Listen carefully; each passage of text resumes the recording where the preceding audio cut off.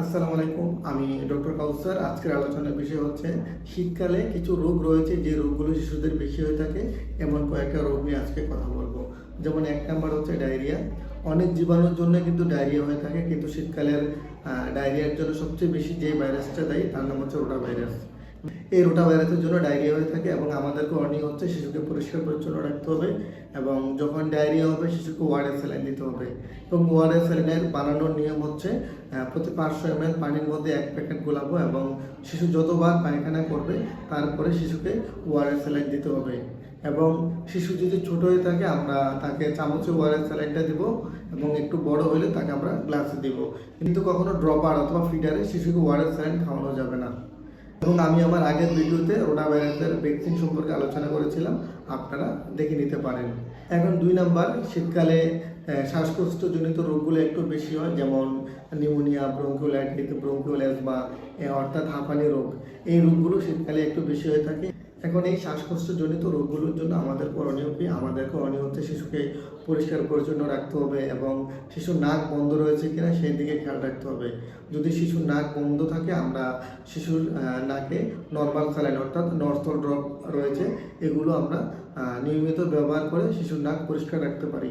এখন এই শ্বাসকষ্টজনিত রোগগুলো কিন্তু শীতকালে বেশি হয়ে থাকে। এখন আমাদের যে জিনিসটা খেয়াল রাখতে হবে যে আমরা শিশুকে কখন ডাক্তারের কাছে নিয়ে যাব এবং কখন নিয়ে যাব না, এই জিনিসটাই আমাদের সবচেয়ে বেশি জানা দরকার।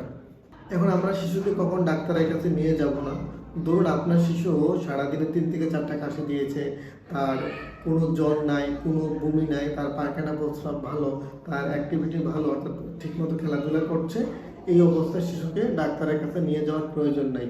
আপনি কখন শিশুকে ডাক্তারের কাছে নিয়ে যাবেন? যদি এমন হয় যে শিশুর জ্বর সাথে কাশি, নাক দিয়ে পানি পড়ছে এবং শিশুর যেই শ্বাস নেওয়ার গতি বেড়ে গিয়েছে এবং শিশু খাওয়া দাওয়া কমিয়ে দিয়েছে এবং তার পায়খানা প্রস্রাব কমে গেছে এবং সে অনেক নেতিয়ে পড়েছে, এই ক্ষেত্রে আমরা শিশুকে অবশ্যই ডাক্তারের কাছে নিয়ে যাব।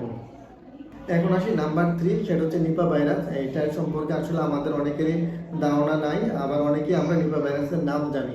নিপা ভাইরাস আসলে এটার জন্য আমাদের ব্রেনে ইনফেকশন হয়, সেটার নাম হচ্ছে এনকেফালাইটিস।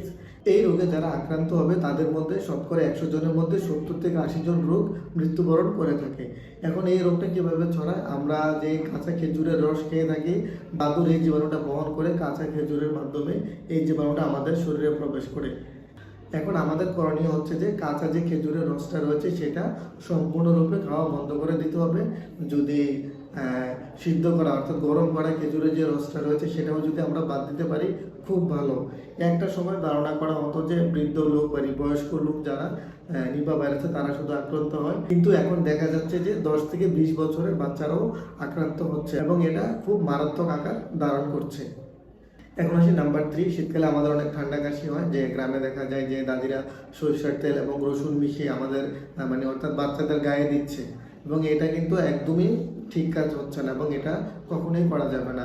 এই যে সরিষার তেল এবং রসুন দিচ্ছে, এতে বাচ্চাদের স্কিনে অনেক ইনফেকশন হতে পারে এবং ডার্মাটাইটিস নামে একটা রোগও হতে পারে।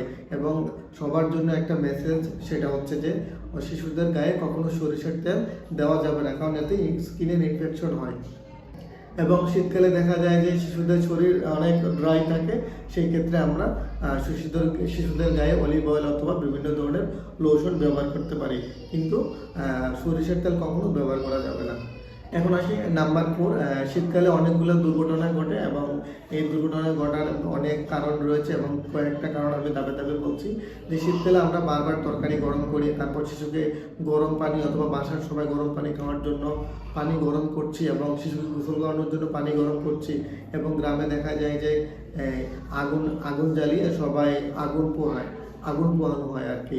এবং এতে দেখা যায় যে অনেক সময় দুর্ঘটনা ঘটে থাকে, শিশুদের হাত পা অথবা শরীরের অন্যান্য অংশ অনেক বেশি পুড়ে যায় এবং এটা কিন্তু খুবই মারাত্মক।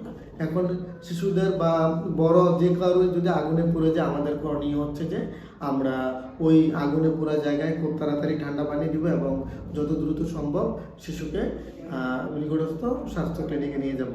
আশা করছি আজকে যেই কয়েকটা রোগ বললাম, এই রোগগুলো আসলে শীতকালে বেশি হয়ে থাকে এবং এই সম্পর্কে আমরা সবাই একটু সচেতন হব। ধন্যবাদ সবাইকে। আসসালামু আলাইকুম।